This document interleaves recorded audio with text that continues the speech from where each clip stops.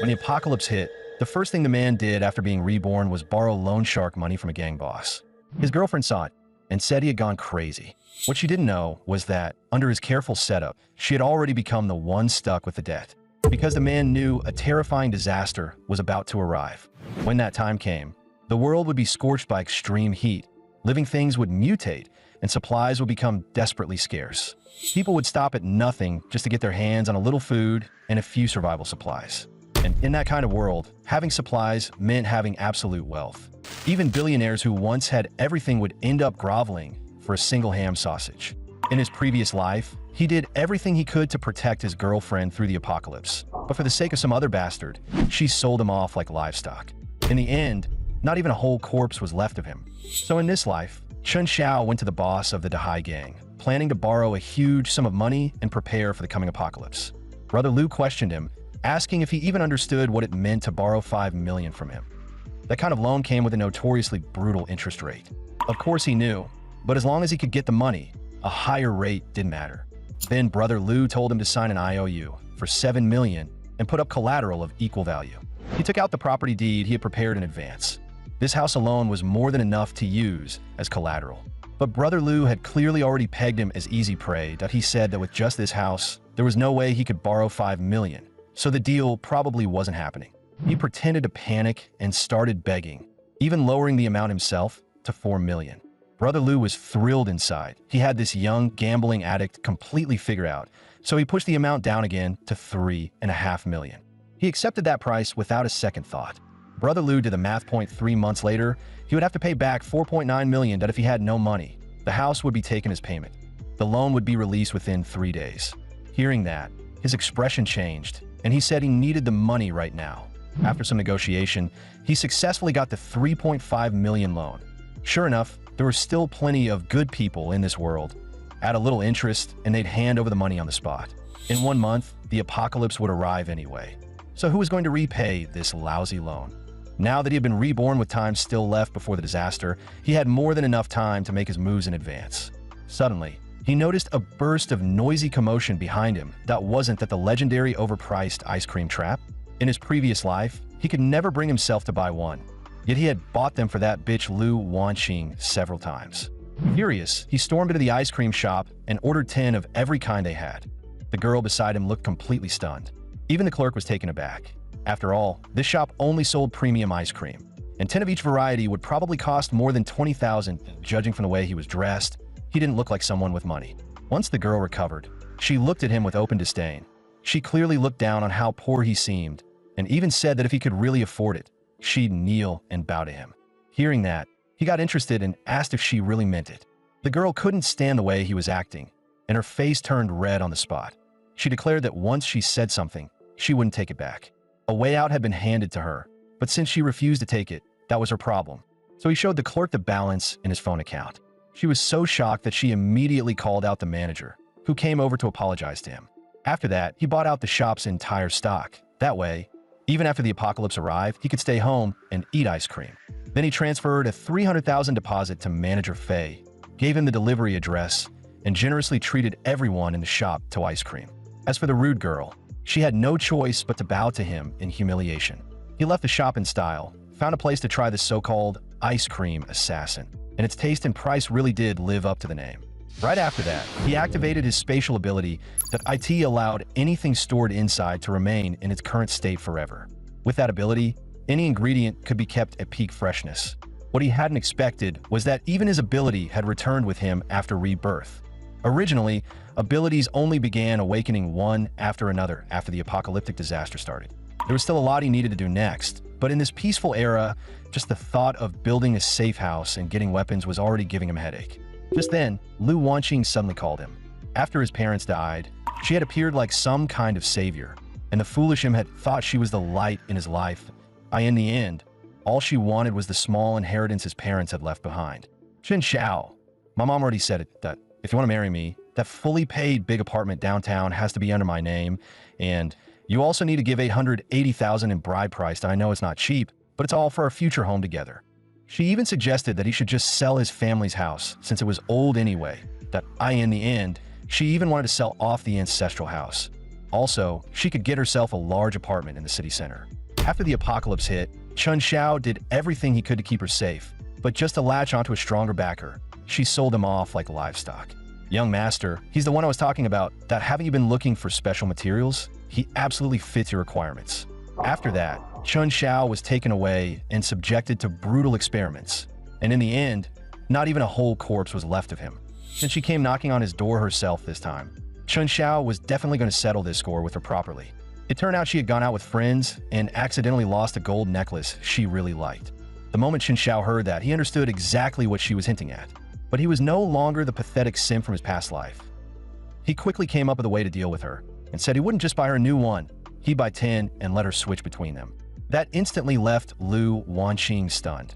She couldn't help wondering when Chun Xiao had suddenly become so generous AS for him. He lied and said he'd gotten lucky lately and made a small profit from cryptocurrency. Lu Wanqing didn't believe him at first and suspected he had fallen for some kind of scam. But Chun Xiao didn't care at all. He simply told her to wait and see what his next round of returns looked like. Small moves like this were nowhere near enough for him. This time, Chun Xiao planned to go big. He was going to borrow a sum of money as capital and increase his investment, but that loan needed a witness. So he asked Lu Wanqing to help him with that and promised her that once everything worked out, he'd give her a handling fee equal to 5% of the loan amount. But right then, an old man suddenly walked into the bathroom. Lu Wanqing instinctively put away her phone, and the old man demanded to know why she had been taking so long. Lu Wanqing had no choice but to calm her sugar daddy down first and tell him she'd be done in a second. At the same time, she was already doing the math in her head, and no matter how she looked at it, this deal with Chun Xiao would earn her more than sticking with that sugar daddy, and based on what she knew about him, there was no way he would trick her. Just like that, Lu Wanqing agreed to act as Chun Xiao's guarantor, and Chun Xiao couldn't help looking forward to the show that was about to begin. After that, Chun Xiao found a well-known architectural designer and told him to turn the residence into a fortress within 1 month. The windows had to be bulletproof, the laminated glass had to be fitted with invisible security mesh, and the walls had to be reinforced in a 3-meter-thick bulletproof outer walls with seismic resistance above intensity 8. The roof needed transparent solar panels and an independent power system to guarantee electricity, along with an air purification and filtration system to keep toxic gas from getting in from outside. It also needed a self-sustaining ecosystem, including a 72-hour oxygen supply and water circulation system, plus blast-proof doors, an access control system, and dual verification through biometrics and mechanical locks. In short, the place had to be transformed within 1 month into an impact-resistant house with a life support system. The designer was completely dumbfounded after hearing all that and suspected Chun Xiao had watched too many apocalyptic sci-fi movies. Chun Xiao originally thought the designer might not be able to take this job, but he clearly remembered that the man's resume said he had designed shelters for top-tier billionaires before. He was supposed to be a true defense expert. In reality, the designer was already overjoyed. He was thinking about how to squeeze a huge payday out of this rich Chuyuni in front of him, and Chun Xiao had already expected that much. So he pulled out his phone and showed the balance, putting down a 1 million deposit on the spot, while letting the designer name the final price. The designer's pupils shook on the spot. He clearly hadn't expected Chun Xiao to really be this loaded. Still, Chun Xiao cared a lot about materials and build quality, and he insisted that everything had to pass inspection. The designer immediately guaranteed that what he built would be rock solid. Now that the fortress issue was handled, food, medicine, and daily necessities would be easy enough. But in the apocalypse, the most dangerous thing wasn't the disaster itself, that IT was human nature after order collapsed. Cold weapons could be picked up from a hardware store, but firearms and other weapons that could deal a truly lethal blow were much harder to get. Even so, there was always a way around a problem, and Chun Xiao quickly found a special channel. The strange part was that the other side chose a very crowded place for the meetup. While he was still looking around for the cellar, a young woman suddenly ran toward him while being chased by several men. From the look of it, she seemed to have cheated someone in this territory. With tears in her eyes, the girl begged Chun Xiao to save her. But the moment he got a clear look at her face, he froze. Why was a Yu in a place like this? Back in middle school, she had been the brilliant goddess of the class, the kind of girl countless boys admired from afar. And now she was being openly humiliated by a bunch of thugs. The lead thug pointed at Chun Xiao and warned him not to stick his nose where it didn't belong. Then he grabbed Li Yu by the hair and demanded that she hand over the money. One of the lackeys behind him immediately got dirty ideas and suggested that if they really couldn't get the money, there were other ways she could pay it back. At that point, Chun Xiao couldn't stand it anymore and shouted at them to let her go. The three thugs instantly frowned. One of the lackeys lunged at him and said he was going to cripple Chun Xiao for trying to play hero. Chun Xiao frowned and ducked low, narrowly slipping past the thug's straight punch. In the same motion, he twisted in and snapped the guy's wrist. The lackey screamed again and again from the pain. But Chun Xiao gave him no time to recover. One heavy punch sent him flying several yards away. Unexpectedly, that single move unlocked a system he hadn't even gotten in his previous life. The lead thug was completely shaken by Chun Xiao's strength, so he grabbed Li Yu and used her as a shield, warning him not to do anything reckless. But right then, a man suddenly rushed in with a brick and smashed the thug unconscious with one hit. Apparently, he couldn't stand men who bullied girls. Once the other lackey snapped out of it, he grabbed a bat and charged over to avenge his boss. Meanwhile, Chun Xiao went straight for the bald guy who was left. The man who had shown up out of nowhere was clearly the real deal. In just a couple of moves, he dropped the lackey with the stick. Chun Xiao naturally wasn't about to fall behind either, and he unleashed a flurry of punches straight into the bald guy's face. Realizing they were completely outmatched, the remaining lackeys quickly ran for it, while Chun Xiao racked up quite a few negative emotion points.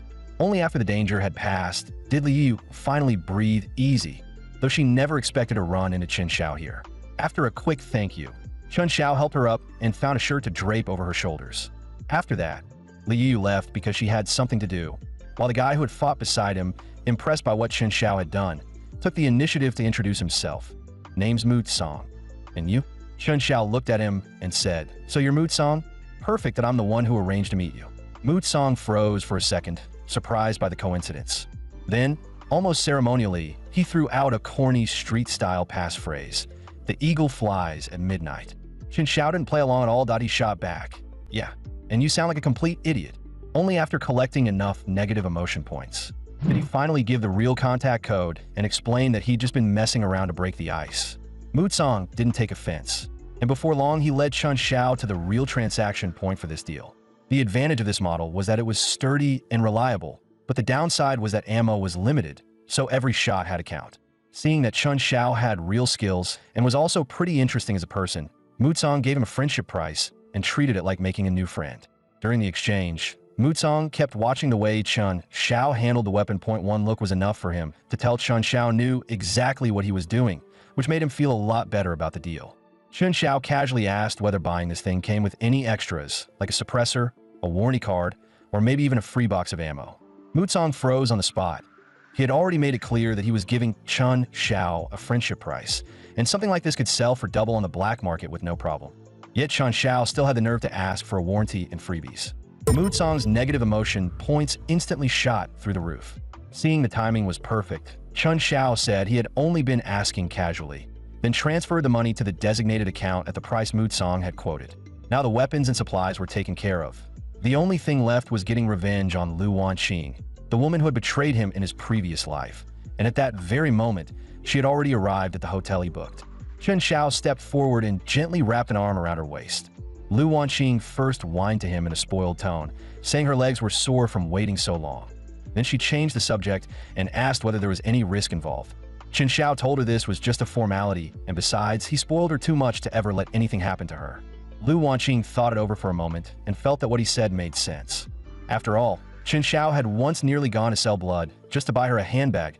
In her eyes, he was still obsessed with pleasing her, so there was no way he would dare set her up. With that, she no longer had any hesitation and decisively signed her name on the agreement. She thought she was only signing on as a guarantor, never realizing that the moment her signature hit the page, the massive debt had been completely shifted onto her shoulders. Brother Lu kept smiling on the surface and praised her again and again for being so straightforward, but deep down, he was already calculating how to squeeze every last bit of value out of her once she could no longer repay the money.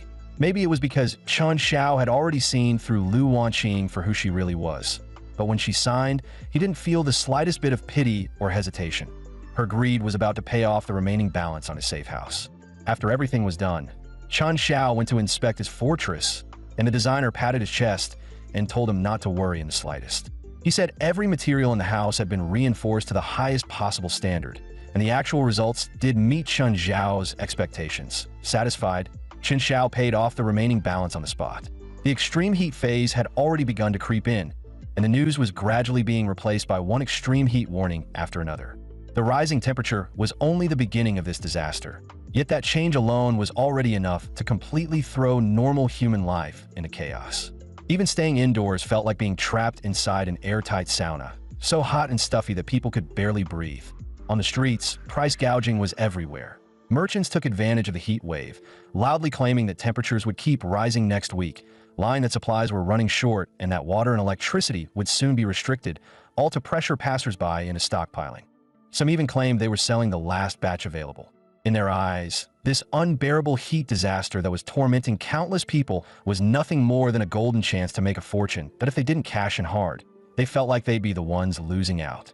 The broadcast did attract quite a few customers, but the prices were enough to make them back off. The moment Lee Da-fu saw that two pretty girls had walked in, he immediately put on an extra friendly face. He not only offered to cut up some melon for them to sample first, but also promised them a 20% discount if they bought two, plus a free pack of tissues, and even said they could come back at night to enjoy the store's air conditioning if it got too hot. The two girls only wanted to buy one, but Lee Da-fu kept pressuring them, hinting that no one knew how long this heat would last or whether there would still be stock tomorrow. But when other customers merely asked whether the water could be a little cheaper, he snapped right back at them without any politeness, repeating that it was a small business and there would be absolutely no bargaining. Chen Xiao watched the whole thing unfold and couldn't help clicking his tongue at Lee Da-fu. It reminded him of the last time he had come to this store that a product had fallen to the floor, and when Chen Xiao instinctively bent down to pick it up, Lee Da-fu had grabbed him by the collar and publicly accused him of being a thief. Chen Xiao tried to explain himself, but Lee Da-fu refused to listen at all. He had even called over the neighbors to stand around and condemn him, leaving a wound on Chen Xiao's young heart that was hard to heal. But in this life, Chen Xiao was going to make him understand what real suffering felt like. Chen Xiao's eyes landed on a ridiculously overpriced bag of chips on the shelf. He walked over and deliberately raised his voice, demanding to know why the price was so outrageous. The moment Lee Da-fu heard that familiar voice, he visibly froze. But once he turned around and realized it was Chen Xiao, his face instantly darkened. He then stormed over, snatched the chips right out of Chen Xiao's hand, and started shooing him away with open disgust. He even snarled that if Chen Xiao couldn't afford it, he shouldn't touch things at random, because if anything got damaged, there was no way he could pay for it. But Chen Xiao was no longer the timid person he had been in his past life. Instead, he smirked and reminded Boss Lee that with so many treasures stockpiled here, he'd better be careful not to get cleaned out overnight. That instantly set Lee Da-fu off. His face flushed red as he shouted at Chen Xiao, accusing him of cursing the store, and even threatened to beat him up, saying the heat must have fried his brain. Chen Xiao, however, acted completely relaxed and told him to calm down. Then he casually asked whether he had been suffering lately from insomnia, vivid dreams, weak knees and back, night sweats, and constant fatigue. Lee Da-fu, who had been ready to keep cursing, suddenly froze. The more he thought about it, the more he realized he actually did have every one of those symptoms. His anger instantly faded, and he began muttering to himself, even wondering whether something was wrong with the feng shui in his warehouse. Chen Xiao then pretended to help him loosen up his arms and legs, making it look like he was examining him. While doing that, he also took the chance to smack him a few times nice and hard. Once he had vented enough, Chen Xiao coldly dropped his diagnosis: classic kidney deficiency. Only then did Lee Da-fu finally realize that Chen Xiao had been playing him the whole time. Unfortunately for him, Chen Xiao had already had his fun. After paying for the candy, he turned and walked away like nothing had happened, because the real main event was coming that night. Negative emotion points could expand his spatial ability, and now, Chen Xiao was about to use the negative emotion points he had harvested from Lee Da-fu to enlarge that space even further. Then he would empty out every last bit of inventory in Lee Da-fu's warehouse. Early the next morning, Lee Da-fu sensed from a distance that something was off about the warehouse. He rushed inside to check, only to freeze in disbelief. Every single item he had stockpiled in the store was gone without a trace. His face turned ashen, his eyes went wide with rage, and he stood there in the empty warehouse, filled with utter disbelief, fury, and despair. Chen Xiao sat in front of the surveillance monitors, watching the emotion index shoot higher and higher. He smugly took a sip of cola, his eyes landing on Lee Da-fu in the warehouse with open amusement. Lee Da-fu had completely fallen apart. He ran around the warehouse crying, then finally dropped to his knees, arms spread wide, drowning in helpless rage and despair. The commotion quickly drew over nearby residents, staring at the now empty warehouse. Everyone was shocked, and many started worrying about where they were supposed to get daily supplies from now on. Quite a few people were also suspicious, whispering to each other that this might just be a stunt Lee Da-fu had staged himself to drive prices up again. But someone else said they had seen a shadow near the warehouse the night before. The moment he heard that, Lee Da-fu shuddered, as if something had suddenly clicked in his mind. Chen Xiao was very satisfied with that wave of emotional output from Lee Da-fu, but the real show was only just beginning. He picked up the bag of chips he had set his sights on the day before and deliberately made loud, crisp crunching sounds as he enjoyed them at a leisurely pace. The second Lee Da-fu noticed the chips, he exploded like a lit powder keg and instantly insisted that they were part of the goods stolen from his warehouse. Just like in the previous life, he grabbed Chen Xiao by the collar, and for a brief moment, old memories made Chen Xiao hesitate. But he snapped out of it almost immediately. He was no longer the same man he used to be. Chen Xiao looked at Lee Da-fu coldly and told him that throwing his hand around was pointless. Without any evidence, all that shouting would only make him look ridiculous. Then Chen Xiao switched gears and mocked Lee Da-fu's miserable situation, even asking whether he wanted him to donate the half-eaten bag of chips. But Lee Da-fu showed no sign of backing down. Since Chen Xiao had cursed him yesterday and was now eating the same kind of chips, Lee Da-fu stubbornly insisted that Chen Xiao had to be the thief, clearly hoping to squeeze something out of him to cover his losses. Chen Xiao didn't buy that act for a second and directly asked the onlooking residents to judge the matter for themselves. The scene immediately turned chaotic. Some people said plenty of other stores sold the same chips, while others pointed out that Chen Xiao had complained about the price yesterday, and now the whole store had been cleaned out today. That was just a little too much of a coincidence. Chen Xiao stared at Lee Da-fu and told him that if he didn't believe him, he was free to search his house, that if anything from Lee Da-fu's store turned up there, Chen Xiao would pay him back tenfold. But if nothing was found, then the backup generator behind Lee Da-fu's shop would belong to him. Without another word, Lee Da-fu dragged Chen Xiao straight to his house. But the moment they arrived, all of Lee Da-fu's confidence vanished. He was stunned by what he saw and immediately realized that someone from Chen Xiao's kind of background would never need to steal his goods. Right after that, he tried to slip away in embarrassment. But there was no way Chen Xiao was going to let him leave that easily. Lee Da-fu still owed him that generator. Too afraid to lose face in front of the neighbors, yet unwilling to give up the generator, Lee Da-fu could only lower his head and admit he had misjudged Chen Xiao. He begged to be let off the hook, but when he falsely accused Chen Xiao before, he hadn't shown even a shred of mercy. The neighbors, who had originally felt sorry for Lee Da-fu, instantly changed their attitude. They said that for someone that dishonest, getting robbed was practically karma. Humiliated and furious, Lee Da-fu suddenly swung a punch at Chen Xiao and shouted that Chen Xiao was refusing a chance to back off gracefully. But Chen Xiao caught the punch with ease, and then pinned Lee Da-fu to the ground in one move. Racked with pain, Lee Da-fu had no choice but to give in. Chen Xiao showed no mercy and told him to hurry up, because once the temperature rose again, nobody would be able to go out. Not long after Lee Da-fu left in humiliation, Lu Wanqing hurriedly called. She said that for the past 2 days, she had felt like several people were following her, and they seemed like debt collectors. And on the phone, her voice was full of panic as she brought up the signature and the stocking. Then suddenly shouted Chen Zhao's name and demanded to know why the Dahai gang was after her, asking again and again whether he had tricked her. On the surface, Chen Xiao acted hurt and kept feeding her excuses about devotion and sincerity. But inwardly, he was thinking that the Dahai gang really couldn't wait to make a move. Walking over to the fridge, he asked whether the Dahai gang already knew where she lived and whether they had said anything to her. And only then did he learn that Lu Wanqing had sensed something was wrong and taken side streets to shake them off. Chen Xiao told her to relax and said they had probably mistaken her for someone else. After that, he placed a salmon set meal on the table. Lu Wanqing's eyes lit up instantly, and she asked Chen Xiao how he still had food like this, completely unaware that he had plenty more where that came from. Hearing that, Lu Wanqing froze for a moment. The heat wave had already lasted for days, and supplies were now mostly going to the rich. Where had Chen Xiao gotten all this from? Had he really made it big? Chen Xiao calmly took a sip of ice-cold cola, then ate a bite of salmon so tender it practically melted in his mouth. The hungry look on Lu Wanqing's face was practically written all over her expression. Watching her practically squirm with envy, Chen Xiao casually asked whether she still had enough to eat on her side. At that, Lu Wanqing stopped pretending altogether. She said she was really scared living alone and kept feeling like those people were still nearby. She leaned forward slightly, lightly tugging at the corner of her clothes. Her eyes deliberately softened as she put on a pleasing expression and asked whether she could move in with Chun Xiao for a few days, and maybe use the chance to build their relationship a little. A trace of disdain flashed across Chun Xiao's face, almost too subtle to notice. Looking at how deliberately ingratiating she was acting, all he felt was that she was cheap and ridiculous. But in the next second, he put on an expression of surprise and delight and said it was too hot to go out right now, so he'd pick her up that evening when it cooled down. Then he suddenly changed the subject and brought up how she always used to say that a girl's address couldn't be shared casually, which was why she had never let him get close before.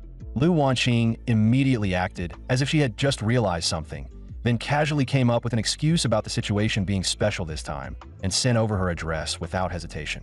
Looking at what she assumed would be Chun Xiao's overjoyed reaction, she curled her lips into a faint, almost invisible sneer and mocked him inwardly. Sure enough, Chun Xiao was still the same pathetic simp who would fall right in line the moment she gave him a little warmth. What she didn't realize was that after receiving the address, Chun Xiao's lips curled into a cold smile as well. From that moment on, her nightmare had only just begun. The moment the call ended, Chun Xiao heard a knock at the door. When he opened it, Aunt Wang didn't even bother greeting him. She tried to squeeze into his air-conditioned room right away. "Your place is so cool. The MYAC is broken, and the kids dying from the heat. We're neighbors, so we should help each other out. Let us stay in here for a while, okay?" Chun Xiao shoved her right back out without the slightest bit of politeness. He brought up how, years ago, when his mother had been downstairs picking up empty water bottles, Aunt Wang had pointed at them and mocked them for being poor, then even called security to drive them away. The moment she heard that, Aunt Wang turned hostile and snapped. "That was ages ago. How can you still hold a grudge like this? You've got no sense of neighborly kindness at all." Chun Xiao had no interest in wasting more time arguing with her, so he shut the door on the spot. Maybe he had no warmth, but his house had air conditioning. Furious, Aunt Wang stood outside and cursed his entire bloodline from top to bottom. Inside, Chun Xiao calmly switched to the new phone card he had prepared in advance. Then he called the Dahai gang. "I already sent you Lu Wanqing's address. She lives alone. She won't be hard to find." Meanwhile, Lu Wanqing had no idea danger was closing in. All she could think about was moving into Chun Xiao's air-conditioned place and living the carefree life she thought she deserved. Just as she was about to light up and relax, a rapid knock suddenly pounded at the door, instantly breaking her rhythm. Her eyes lit up at once, and a delighted smile spread across her face. But the second she opened the door, her pupils shrank in shock, and she stumbled backward in terror. "Why is it you? How do you know where I live?" Brother Lu expressionlessly shoved her aside and walked straight into the room. "Miss Lu, you owe the Dahai gang money. Time to pay up." Lu Wanqing panicked on the spot and shouted in a trembling voice. "Chun Xiao borrowed that money. He tricked me into signing it. You should be going after him." Brother Lu simply tossed out the signed agreement in black and white, and Lu Wanqing, who had still been trying to argue, instantly fell silent. He said nothing else and merely tilted his chin at the man beside him. The lackeys immediately spread out and began searching for valuables. Lu Wanqing lunged forward and desperately tried to shield her things, her voice shaking as she yelled that she was going to call Chun Xiao and that he would be here soon. Brother Lu ignored her completely and just watched coldly as his men tore through the place. In no time, everything valuable in the room had been looted and piled onto the table. Lu Wanqing stood frozen in place, her eyes full of fear and reluctance. But even if all those items were added together, they still wouldn't come close to covering the debt. Brother Lu let out a cold laugh. "My brothers didn't come all the way out here in this heat just to leave empty-handed." Hearing that, the lackeys all stood up with vicious grins and began closing in on her step by step. Lu Wanqing kept shrinking back, her voice shaking so badly she could barely get the words out. Don't come any closer." As Brother Lu and the others closed in, Lu Wanqing hurriedly threw out Chun Xiao's name like a last lifeline, saying Chun Xiao had a huge stockpile of supplies and plenty of money. Brother Lu thought it over for a moment, then gave her a chance to contact Chun Xiao. But no matter how many times she called, all she got was the automated tone saying the call wasn't being answered. Lu Wanqing completely panicked.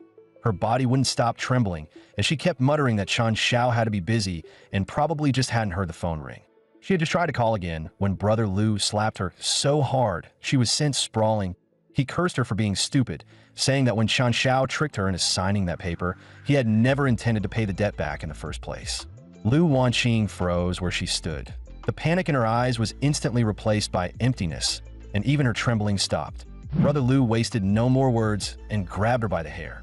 Lu Wanqing gasped in pain, twisting and struggling desperately as she screamed at them to go after Chen Xiao instead, saying that Chen Xiao was the one who had what they really wanted. But in the end, Brother Lu still dragged her into the back room. Meanwhile, Chen Xiao was sitting on the sofa at home, lazily swirling a glass of red wine between his fingers. The surface of the wine reflected the mocking smile on his face, while deep down, he coldly hoped Lu Wanqing would fully enjoy the apocalypse's own special kind of hospitality. Even after collecting interest, Brother Lu still wasn't satisfied. He grabbed Lu Wanqing by the throat and forced her to reveal what valuables Chen Xiao had hidden in his house. Lu Wanqing was struggling to breathe, but she still forced herself to talk, blurting out, piece by piece, the details she had noticed earlier during their video call. There was obvious calculation in her tone. She clearly wanted to bait Brother Lu into turning his attention toward Chen Xiao. After hearing enough, Brother Lu suddenly flung her aside. She stumbled backward and crashed onto the bed in a miserable heap. Brother Lu bared his teeth in a vicious grin, his eyes narrowing to slits as he thought to himself that this time, he had hooked a really big fish. Brother Lu then tilted his head and gave the lackeys behind him a look. Once the group stormed off, Lu Wanqing was left alone in the dark little room. She slowly raised a hand to cover her mouth, her shoulders shaking violently as muffled sobs kept spilling out, while hatred and unwillingness churned in her eyes. Just like that, the whole group barged aggressively into Chen Xiao's neighborhood. The moment Aunt Wang heard why they had come, she immediately volunteered to lead the way. She took them straight toward Chen Xiao's place while non-stop bad-mouthing him, piling on every nasty accusation she could think of. Brother Lu praised Aunt Wang for leading them well and promised that once they got what they wanted, she wouldn't be left empty-handed.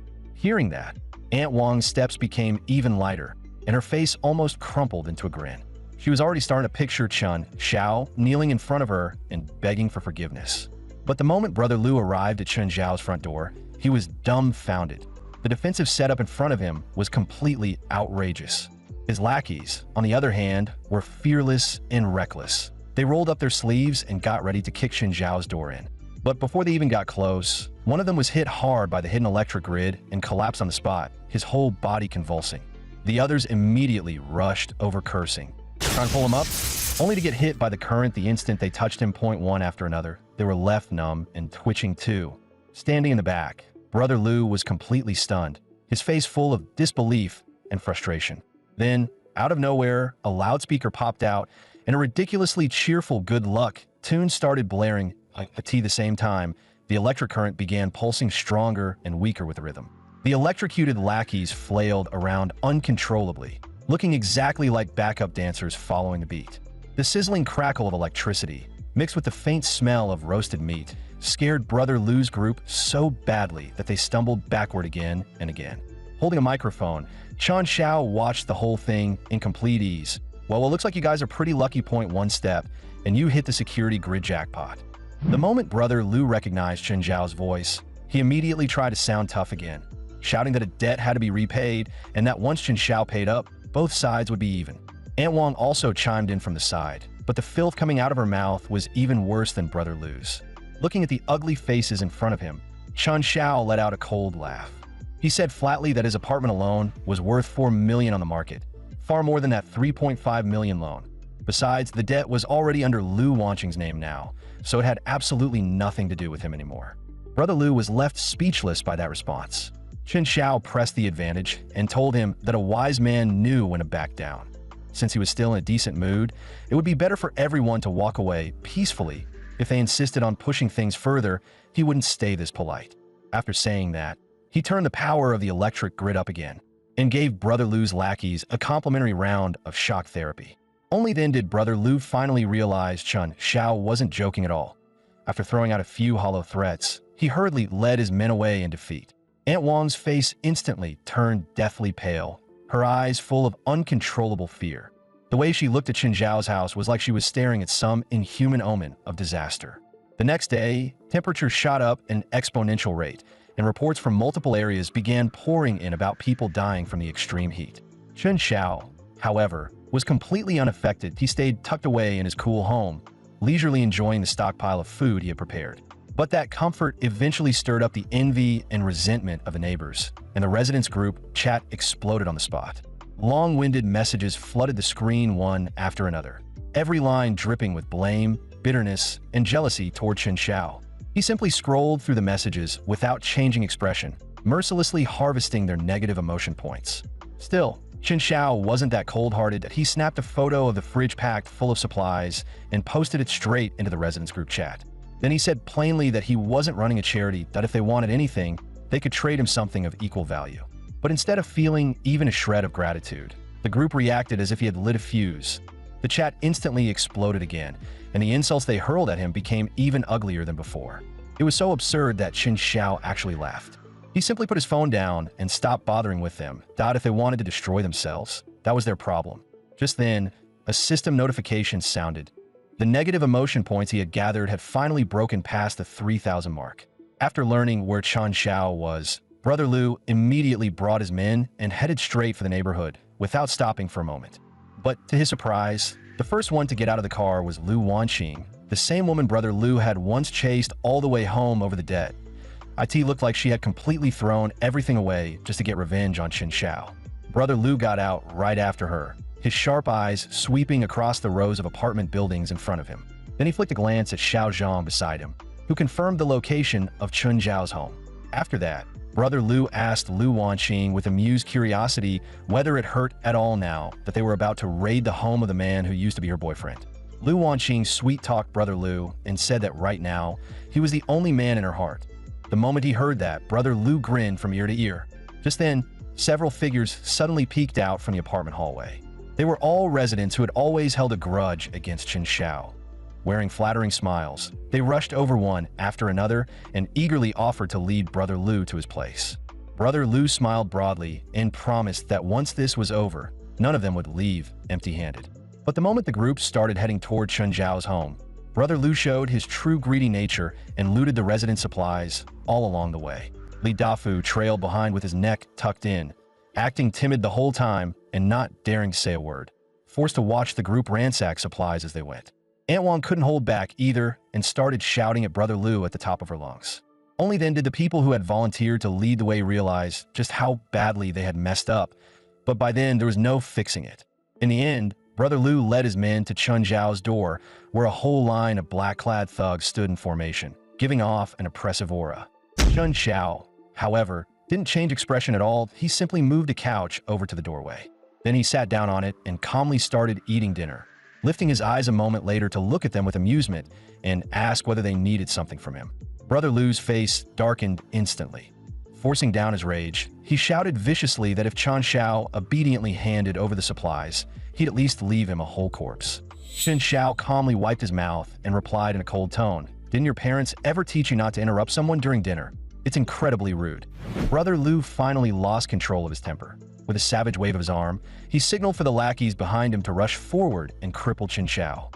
But no matter how many of them there were, they were still just ordinary people without abilities that in fact, Chen Xiao didn't even need to use his powers. His physical stats alone were enough to beat the entire group into submission. But even the best fighter has to respect a blade. Just as Chen Xiao was about to use spatial severing, a tear gas canister suddenly landed right at Brother Lu and his men's feet. The gas spread almost instantly. Brother Lu didn't dare keep fighting and hurriedly fled with his men in a complete mess. Almost at the exact same moment, Chen Xiao darted backward and completely avoided the spreading gas. Right after that, a figure appeared at the corner of the street, and a voice followed. "Looks like you've stirred up quite a bit of trouble. Still, I gotta admit, your skills are pretty damn solid." Chen Xiao was puzzled. What was Mutsong doing here? But Mutsong just fiddled with the gadget in his hand and threw out a few vague, half-finished remarks. Chen Xiao couldn't be bothered to keep entertaining that nonsense. So he turned around, went back inside, and carried out a whole box of ice-cold bottled water. He casually tossed one bottle to Mutsong, then asked with a serious look why he was here at all, since this clearly wasn't Mutsong's turf. Only then did Mutsong explain that Brother Lu's people had been cutting into his business lately. He had been watching Brother Lu for days, and when he saw him heading this way today, he followed behind, only to discover that Chen Xiao was the actual target. As he said that, Mutsong showed a hint of amusement on his face. "Supplies have been tight for a long time now, and yet you're still sitting on this much stuff. Without some kind of special channel, there's no way you pulled that off." Chen Xiao instantly went on guard. He stared at Mutsong and asked in a cold voice, "What exactly are you trying to say?" Mutsong leaned a little closer, Forcing a smile, as if trying to ease the tension, he explained that he meant no harm to IT, was just that Brother Lu had recently stockpiled a large amount of purified water, and he wanted to work with Chun Xiao to get his hands on it. Once the job was done, the water would be stored with Chun Xiao, while Mutsong would be responsible for figuring out how to sell IT. As the temperature kept climbing, water was bound to become real hard currency. Chun Xiao weighed it over in his mind and eventually agreed to work with Mutsong. But the moment he opened his mouth, he locked in the profit split, 90-10, with Chun Xiao taking 9 parts and Mutsong taking 1. Mutsong's jaw practically hit the floor, and he blurted out, "Why don't you just rob me instead?" Chun Xiao didn't leave him even the slightest room to negotiate. With the system in his hands, he had zero reason to worry about supply shortages. That unshakable confidence of his ended up scaring Mutsong quite a bit. Mutsong immediately grabbed Chun Xiao's leg and begged him to loosen the split a little, saying he at least needed enough profit left to survive. Chun Xiao thought it over for a while and finally relented, changing the split to 80-20. But he added one extra condition. From now on, whenever new goods came in on Mutsong's side, Chun Xiao would get first pick, and only after that could Mutsong sell the rest. Mutsong put on a wronged expression and agreed, but inside, he quietly let out a breath of relief. That kind of airtight reaction made Chun Xiao take Mutsong's negotiating ability far more seriously. In the end, he really was someone who had spent years in business. His sense of timing and limits was spot on. Once the partnership was set, Chun Xiao immediately got to work on the plan. The first step was figuring out the layout of Brother Lu's base and how his people were positioned. He quickly learned from Mutsong that inside this stronghold, anyone short on water either had to pay up or trade something valuable for it. Quite a few girls had also been taken there to provide special services for the higher-ups. Lu Wanqing was among them, and at that moment, men were openly sizing her up with predatory looks. Chun Xiao ignored her existence completely and fixed his eyes straight on the water storage area in the back.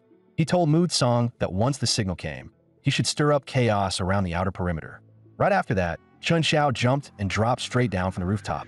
Before long, he had already disguised himself as an ordinary worker inside the base. But after only a few steps, a patrol guard stepped in front of him and harshly demanded to know who he was. Without changing expression, Chun Xiao calmly pulled out the ID he had prepared in advance and said he had been sent by Boss Lu to check inventory in the water storage area. But the other man sneered as he walked closer, clearly not buying it. Chun Xiao immediately realized the disguise had failed, so he stopped wasting time and used spatial severing to kill him on the spot. The scream instantly alerted the nearby patrols. One of them raised his gun and opened fire at Chun Xiao without hesitation. Chun Xiao's eyes sharpened, and with a single lift of his hand, he unleashed a fierce spatial slash. The invisible blade cut through the air and split the man's body cleanly in two. But the burst of gunfire had already alerted the entire patrol unit. Seeing the situation turn bad, Chun Xiao quickly slipped into a dark corner, only for a pair of hands to suddenly reach toward him. Just as he tensed up, Li Yuyu pressed a finger to her lips and signaled for him to stay quiet, then hurriedly led him to a safe spot. Chun Xiao had been focused entirely on the operation he had planned, and he never expected Li Yuyu to suddenly show up here. After pressing her for answers, he finally learned that she too had been taken by Brother Lu's men. She had been doing cleaning work around the place this whole time, and because of that, she had already figured out the layout and could lead Chun Xiao to where the water was being stored. As she said that, the two of them looked at the bucket beside them at the same time. They used it successfully to draw the patrol's attention away, while the guards moved over to investigate. Li Yuyu immediately grabbed Chun Xiao and pulled him to a narrow path with no surveillance cameras. Once they reached the target area, Chun Xiao signaled for Li Yuyu to find a place to hide first. Then he focused, gathering all of his spatial energy into the palm of his hand. In the next instant, he slammed his palm forward, and the iron door in front of him shattered on impact, sending debris flying everywhere. The guard inside was completely dumbfounded. He roared and demanded to know who Chun Xiao was. But before he could even finish the question, Chun Xiao struck without hesitation and killed him on the spot. After an unknown amount of time, Li Yuyu, still hiding in the shadows, gradually began to worry about Chun Xiao. She finally worked up the courage to peek out, only to be shaken by the smoke filling the warehouse and the chaotic glow of fire. All she could do was pick up a brick from the ground to make herself feel a little safer. Just then, a figure slowly emerged from the smoke. Yu didn't have time to think. She squeezed her eyes shut and hurled the brick with everything she had. But when she looked again, she realized the person standing in the smoke was Chun Xiao. He simply tossed out one calm sentence. "It's done, let's go." Then he turned and walked away from the water storage area without looking back. After that, he sent the signal to Mu-song, who was waiting on the rooftop. The moment he got it, Mu-song let out a low laugh and muttered, "This guy really does get things done." Then he shoved forward the cart of Molotov cocktails he had prepared in advance and tipped the entire load straight into the stronghold in one motion. The spreading fire instantly drew the attention of the base's combat personnel, and with Li Yuyu leading the way, Chun Xiao should have been able to get out quickly. But out of nowhere, Lu Wanqing suddenly rushed out from the shadows and threw her arms around him. In a sweet, pleading voice, she begged Chun Xiao to take her with him for old-time sake. She even said that as long as he got her out of there, she would stop pursuing the matter of him using her name for the loan. Chun Xiao lowered his eyes to her tear-reddened face and thought to himself that even now, she still hadn't understood the situation at all. Lu Wanqing kept pouring out her misery without stopping, every word dripping with grievance. She even leaned into her tearful act, putting on that same seductive routine she had always relied on. But Chun Xiao acted like he hadn't seen any of it. The images of Lu Wanqing betraying him in his past life kept flashing through his mind one after another, crushing down every last shred of spare emotion. He raised his hand and slapped her straight to the ground, coldly telling her that her act was still just as pathetic as ever. Chun Xiao couldn't even be bothered to look at her again. He simply turned and told Li Yuyu beside him that it was time to leave. Li Yuyu looked at Lu Wanqing collapsed on the floor, clearly hesitating a little. But she didn't know the full story, so in the end, she didn't interfere. Lu Wanqing finally dropped the fake, flirtatious act and stared at their backs with hatred burning in her eyes, silently swearing that she would make Chun Xiao pay. Sometime later, Brother Lu rushed to the water storage area, his mind fixed on only one thing, whether his water was still there. But the moment he looked up, he saw the words Chun Xiao had left on the wall. Rage instantly surged into his chest, and he shouted at the top of his lungs, demanding to know who had done it. Just then, Lu Wanqing staggered over and told Brother Lu that Chun Xiao was behind all of it. Then she leaned herself against him in a deliberately seductive way and started whispering made-up slander about Chun Xiao into his ear. Brother Lu flew into a rage. Then it hit him that Chun Xiao could only leave through the south gate, so he immediately ordered his men to rush there and block him off. But Chun Xiao had already prepared a special gift for him at the south gate. Seeing Brother Lu charging over from afar with a whole crowd behind him, Chun Xiao curled his lips and said mockingly, "You got here pretty fast." Brother Lu had no interest in talking, but he waved his hand, and his lackeys immediately roared as they lunged at Chun Xiao. Seeing that, Chun Xiao didn't hesitate for even a second. He threw the torch into the pile of oil drums he had set up in advance. Towering flames exploded upward and instantly formed a wall of fire, completely cutting off their path. Brother Lu's eyes went bloodshot with rage. Outside the wall of flames, he jumped and cursed while screaming Chun Xiao's name. Chun Xiao stood on the other side of the firelight with a satisfied smile on his face, calmly taking in another wave of emotion points from him. Once everything was over, Chun Xiao, Li Yuyu, and Mu-song headed straight back to his place and threw together a celebration meal. And Mu-song hadn't even finished swallowing the juice in his mouth before blurting out, "Man, you're ruthless." Then he grinned and mocked. Brother Lu's probably so furious right now, he wants to rip the roof off his own house. Li Yuyu was also deeply grateful to Chun Xiao. She said that if it hadn't been for him, she had no idea how much longer she would have been trapped in that hellhole. Chun Xiao just smiled and told her not to mention it. After all, they had been classmates for years. But Li Yuyu shook her head, warmth shining clearly in her eyes. She said it wasn't just politeness. Chun Xiao had made her feel that there were still people in this world worth trusting. Mu-song quickly picked up on the slightly romantic atmosphere and immediately joked that Chun Xiao's whole hero saves the beauty move was way too smooth. But then he changed the subject and asked how Chun Xiao had managed to clear out the entire water storage area by himself, that it was practically like watching a magic trick. Chun Xiao looked at the mountain of water buckets and paused for a moment. Then he told Mu-song that instead of asking that, he should probably start thinking about how to safely sell off that much water. The smile on Mu-song's face froze instantly, and he was left speechless for a long moment. Seeing that, Chun Xiao smoothly shifted the topic and mentioned that after middle school graduation, he had barely heard any news about Li Yuyu. A trace of bitterness immediately crossed Li Yuyu's face, and she quietly said that something had happened at home after graduation. During that time, both of her parents had disappeared. Before Chun Xiao and Mu-song could even recover from the shock, flames suddenly flared up outside the window.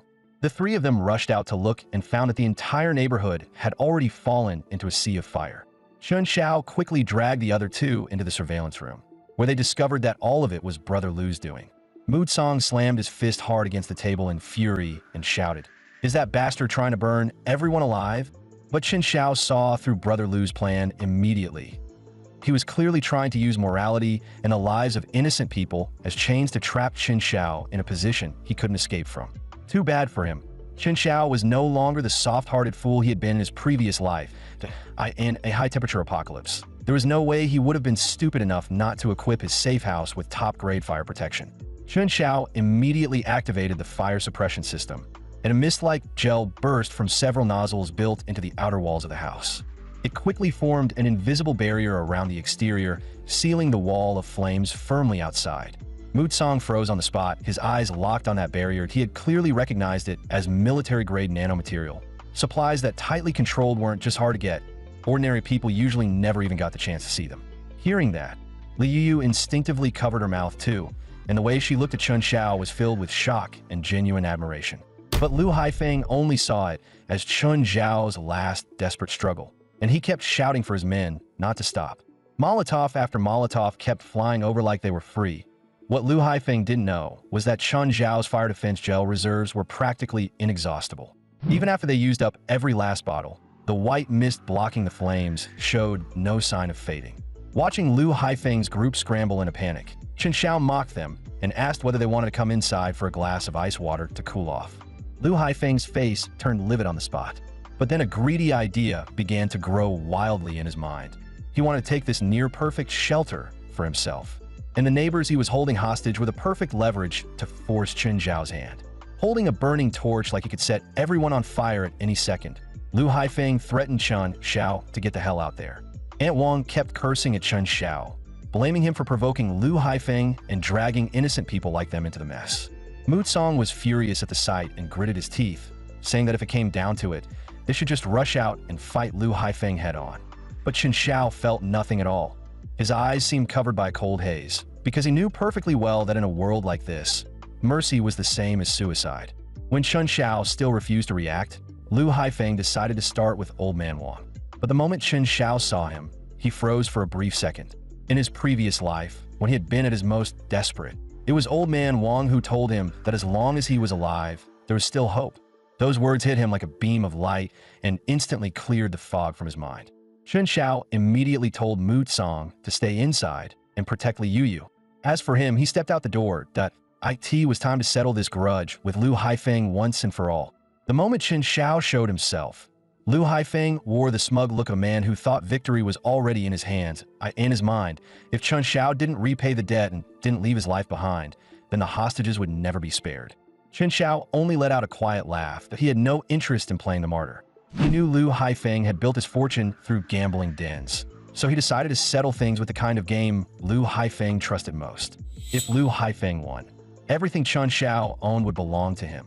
But if Chun Xiao won, Lu Haifeng would release every hostage and take his men out of the area for good. Lu Haifeng accepted at once and casually tossed a dice cup in front of Chun Xiao. The rules were simple and brutal. Compare the dice, 1 round, winner takes all. Chun Xiao spotted the tampering immediately, but he didn't expose it. The outcome of this bet had never been something a few rigged dice could truly decide. He wanted Lu Haifeng to witness it with his own eyes. The trick he was so proud of was nothing but a cheap little gimmick in front of absolute power. The instant both dice cups hit the ground, Lu Haifeng quietly pressed a button hidden on the side of his cup. The scattered dice, pulled by an invisible magnetic force, began to shift and flip until each one settled neatly with the 6 facing up. Lu Haifeng raised his eyes toward Chun Xiao with a smug look, as if the win was already guaranteed. What he failed to notice was the knowing smile already curling at the corner of Chun Xiao's mouth. Chun Xiao had already used his ability to slice the dice inside the cup clean in half. The numbered halves were left facing upward. The split dice lay quietly inside the cup, and their total clearly crushed the winning outcome Lu Haifeng had rigged for himself. The sight of that completely enraged Lu Haifeng, and the smugness on his face was instantly replaced by pure malice. Humiliated and furious, he yanked out a gleaming dagger and lunged straight at Chun Xiao with murder in his eyes. Chun Xiao turned aside and dodged the attack, thinking this was the perfect chance to test his new skill. The moment the thought crossed his mind, he raised his hand and threw a tear gas canister. White smoke spread through the air in an instant. Seeing that, Lu Haifeng immediately led his men charging into the haze, trying to track down Chen Zhao's position. The moment Lu Haifeng came face to face with Chen Zhao, he snatched up a rifle and started spraying bullets wildly in Chen Zhao's direction. But the gunfire only gave away their position. Chen Zhao unleashed several spatial slashes in a row, cutting down one lackey after another. When the smoke finally began to thin, Chen Zhao stepped out of the gas-filled area without a single scratch on him. Lu Haifeng still refused to give up. He convinced himself Chen Zhao had only survived the gunfire by luck, then pulled out a rocket launcher and aimed it straight at him. With a thunderous blast, the rocket came screaming in through the heat haze. Chen Zhao immediately activated spatial barrier, and an invisible wall of energy stopped it cold in midair. The rocket instantly split apart from the impact against the barrier. The vicious look on Lu Haifeng's face vanished completely, replaced by fear that reached all the way into his bones. His pupils shrank as he stared blankly in Chen Zhao's direction. No matter how hard he tried, he couldn't understand how a human body could block a rocket. Lu Haifeng completely lost the will to resist. His mind was now racing with only one thought: how to survive this disaster. He also knew perfectly well that after provoking Chen Zhao again and again, there was no way this would end peacefully. Lu Haifeng's brain spun at full speed, and then he suddenly changed his tone completely. Brother Chen Zhao, it's all a misunderstanding, a total misunderstanding. You and I could say we got to know each other through fighting. How about we make a deal? Just as Chen Zhao was advancing on him with killing intent, Lu Haifeng put on a pleading face and started talking business instead. He said that in the apocalypse, even a tiny infected wound could get someone killed, and he happened to have a huge stockpile of medicine. If Chen Zhao spared him, he was willing to hand over half of it. Chen Zhao deliberately lowered his voice and told him flatly that the supplies he had stockpiled were far beyond anything Lu Haifeng could imagine. In truth, he was baiting Lu Haifeng into revealing more about the medicine. Lu Haifeng took the bait exactly as expected. Desperate to make the deal happen, he spilled the location of the hidden medicine stash, adding only that the warehouse password was known to him alone. A satisfied smile slowly appeared at the corner of Chen Zhao's mouth. That was all he needed. He patted Lu Haifeng on the shoulder and said calmly, "Let's call it here for tonight. As for the details of our partnership, we can talk another day." Once Lu Haifeng had put some distance between himself and Chen Zhao, he immediately fled with his men in total panic. But Chen Zhao only sneered to himself. Did Lu Haifeng really think a password alone could keep him out? Even without it, Chen Zhao could still get the door open. After that, he walked over to Old Man Wang and told him everything was fine now. Having just escaped death, Old Man Wang was so grateful that he said he would even work like an ox or a horse for Chen Zhao if needed. Chen Zhao told him not to think like that and just go back, lock his door, and to get some rest. Meanwhile, Lu Haifeng's true colors finally showed. Deep down, he looked down on Chen Zhao completely, thinking he was just a hot-headed kid who actually believed he would share the medicine. In Lu Haifeng's mind, this was nothing more than a delaying tactic. First, he would calm the boy down, then once he tricked him out of his supplies, he could kill him at his leisure. If Chen Zhao thought he could outplay him, he was still far too green. The lackeys immediately picked up on their boss's thoughts, and one after another they started flattering him, saying he was brilliant and that if Chen Zhao dared go against him, he probably wouldn't survive 3 days. Still, Chen Zhao's ability to stop a rocket had left Lu Haifeng badly shaken. Turning to Pineapple Head beside him, he ordered him to dig into Chen Zhao's background over the next couple of days. But before he could even finish speaking, Chen Zhao had already launched a spatial slash and cut straight through his throat. The lackeys instantly realized it was Chen Zhao's doing and were scared out of their minds. None of them even dared collect Lu Haifeng's body before turning and fleeing in every direction. Looking at Lu Haifeng's miserable corpse, Chen Zhao paused. Then he said calmly, "Boss Lu, farewell." The next day, the news released multiple emergency bulletins in a row, saying that the global heat crisis had fully spiraled out of control, several climate tipping points had already been crossed, and ecosystems were on the verge of collapse. Officials formally advised residents to make their own choice based on their circumstances. Either migrate north to temporary northern shelters set up by the government, or stay where they were and wait for rescue. But Chen Zhao knew perfectly well that this so-called northern safe haven would soon turn into a new hell, and waiting around for rescue was nothing but a fantasy. The real nightmare had only just begun. Before long, heat-resistant mutated beasts would start devouring every last product of civilization, and the awakened humans would soon begin forming factions and slaughtering one another in the fight for resources. So what Chen Xiao wanted was not merely to defend this safe house, that he wanted to turn it into the final fortress that would keep him alive in the apocalypse. But his peaceful and comfortable days didn't last long. Before long, the neighbors' resentment started boiling over. Some of them shouted at the top of their lungs, "Look at us, we're starving out here, and our homes have burned down to nothing." And what about Chen Xiao? He's hogging a fortress that big and that's solid all by himself, with food, water, and air conditioning inside. Why does he get that? Some people were so enraged that they started hammering on his door, yelling, "Chen Xiao, get out here. If you had helped when you were supposed to, we wouldn't have ended up like this. You owe everyone an explanation." In the end, they even openly agreed that Chen Xiao's safe house had to be shared and that everyone should take turns living inside it for the sake of collective survival. Chen Xiao ignored all the shouting outside and calmly seared himself a steak inside the fortress.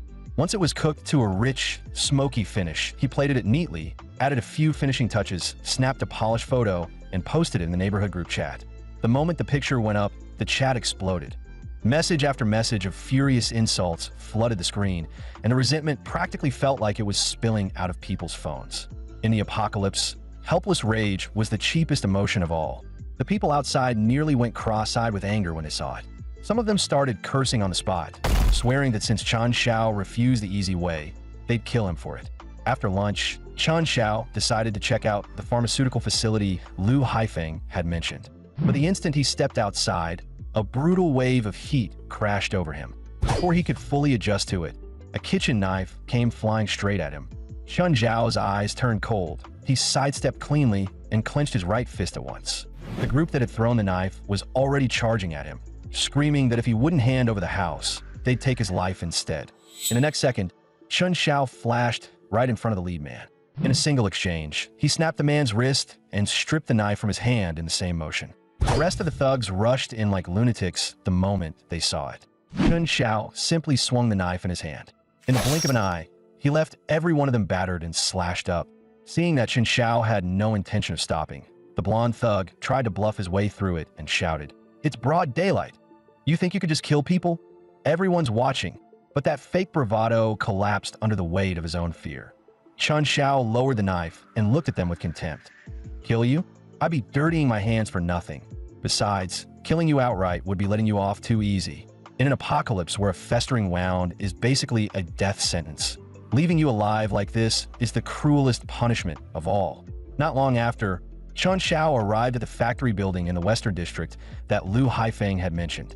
Along the way, he carefully destroyed every surveillance camera on his route. But the moment he pushed open the factory door, he accidentally inhaled an unknown toxic gas. By the time Chen Xiao realized he had walked into a trap, his body was already going weak, and he could barely summon any strength at all. At that exact moment, he caught sight of two figures slowly approaching from behind. One of them stepped forward and injected him with a vial of medicine. Almost instantly, Chen Xiao's mind cleared, and strength slowly began returning to his body. "Young man, feeling better now. That nerve gas won't kill you, but it's definitely not pleasant." Chen Xiao carefully studied the two people in front of him. Lu Haifeng had never mentioned that anyone was guarding this place. Had that old bastard set him up?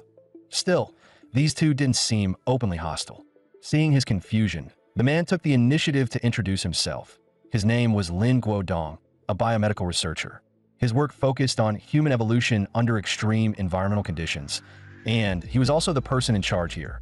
The pink-haired girl beside him was a student, Su Rue. Then Lin Guodong said, "The gas outside is a necessary anti-theft measure. What I'm more curious about is the tool you used. That entry point is very unusual." Chen Xiao chose not to tell him anything about his powers. After thanking him, he smoothly shifted the conversation elsewhere. Lin Guodong then gave him a tour of the place, but the more Chen Xiao looked around, the more he felt this was far more than a simple pharmaceutical storage site. Lin Guodong told him he was free to take whatever medicine he needed, as an apology for the security measures and also as a welcome gift. Chen Xiao didn't refuse the offer. Since collecting medicine had been his goal from the start anyway, he took almost every category he could find, stopping only when his backpack was full. He zipped the bag shut and turned back to thank him once more. Then Chen Xiao left the facility without looking back. Only after he was gone did Lin Guodong stop hiding that meaningful smile on his face. "We'll meet again." By the time Chen Xiao returned home, cold sweat had already soaked through his body. Professor Lin had saved him and hadn't made things difficult for him. but the way that man looked at him still left his skin crawling. Just then, Chen Xiao noticed someone in the residents' group desperately begging for antibiotics and antidiarrheal medicine. He immediately replied that he happened to have a few boxes, but he wasn't selling. Just like that, he harvested another huge wave of emotion points. Afterward, Chen Xiao started sorting through the medicine he had collected. That was when he discovered that someone had planted a tracker in his backpack. Staring at the device, he couldn't figure out who had slipped it in or when it had happened. Still, Chen Xiao didn't mind playing a little tracking game with whoever was behind it. So he attached the tracker to a stray cat and let it take his place in the game. Sitting in front of his computer, Lin Guodong looked completely baffled. What is this? Why is it moving like that? What the hell is he doing? With some free time on his hands, Chen Xiao started scrolling through the residents' group chat and saw that someone was once again begging for medicine at an outrageous price over nothing more than a cold. But the one who caught his attention most was the young mother holding a child and practically begging to be kept. She claimed that if someone was willing to spare even a little clean water for her kid, then everything was negotiable. At this point, some of you watching might already feel sorry for her, but Chen Xiao looked at it with nothing but contempt. In his previous life, she had used this exact trick to get all kinds of benefits, and she had even conned him out of his deluxe instant noodles. Even so, people in the group still rushed to defend her. Too bad for them. Fake kindness and moral blackmail no longer worked on Chen Xiao. He immediately posted a video of Wang Wei moving supplies earlier that morning into the residents' group chat, along with a caption saying that however much she had taken, he'd match it with double. On the other end of the screen, Wang Wei's heart dropped. She never imagined Chen Xiao had installed a camera in the hallway. She had been so careful, yet she had still been caught on video. She put her phone down and didn't dare keep reading. But the messages demanding that she share her supplies kept popping up one after another, leaving her no way to avoid them. Some people even showed up at Wang Wei's place carrying sticks and smashed her door lock apart with an axe. The starving look in their eyes scared Wang Wei so badly that she didn't dare move at all. All she could do was watch as the supplies she had worked so hard to stockpile were taken away. Meanwhile, that young mother also took advantage of the chaos to grab some of the drinking water for herself. By the time it was over, Wang Wei was covered in injuries and sat collapsed by the bed in a daze, deeply regretting her smug keyboard warrior behavior earlier that day. At the same time, the people who had gone to cause trouble for Chen Xiao the day before began dying off one after another. Yet instead of caring, the neighbors were only worried that the bodies might start to stink and spread disease. Then, to everyone's surprise, Lin Guodong suddenly appeared. Don't panic, everyone, that we're a medical response team under the city's disease control center. We're here to help. That you've all suffered a lot, that we came as soon as we received the order, but the roads were blocked, so we were still too late. He checked the eyes of one of the dead and said there was still time to handle it. But in this kind of extreme heat, the bodies had to be professionally disposed of immediately. If an outbreak started, the consequences would be catastrophic. After that, Lin Guodong handed out disinfectant tablets and basic medicines, instantly easing everyone's doubts about who he was. Some people even started saying the government really hadn't abandoned them after all. But Lin Guodong's true target was Chen Xiao. The tracking signal had gone haywire once it reached this area, which meant Chen Xiao had to be somewhere nearby and couldn't have gone far. At the same time, Chen Xiao also spotted Lin Guodong from a distance. Professor Lin. Why was he here? Was he really the one who had been tracking him all along? Just as Chen Xiao was thinking that over, his phone suddenly received a text message. The words on the screen were unmistakable. Be careful of Professor Lin. That only deepened the questions in his mind. If it wasn't just Professor Lin, then who else was secretly watching him? At the same time, Chen Xiao's gaze slowly shifted into the distance. A mysterious figure was staring fixedly in his direction. On the surface, Professor Lin looked like a doctor devoted to saving lives. But behind that mask, he felt more like a creep obsessed with tracking Chen Xiao's every move. What Chen Xiao hadn't expected was that someone like that might not be the only one. The other party had even used a virtual number to hide their identity, leaving Chen Xiao unable to tell whether the warning had come from genuine concern or from someone trying to use him against Professor Lin. Not long after, Professor Lin had the corpses removed from the residential building, and many of the residents were deeply grateful to him. In weather like this, everyone knew bodies left too long would cause major trouble. Professor Lin smiled and said it was simply his duty. He also reminded everyone to watch out for heat stroke and to come to him anytime if they felt unwell. While Professor Lin was busy talking with the residents, Chen Xiao kept watching him closely, looking for anything suspicious. And a stain that looked a lot like blood caught his attention.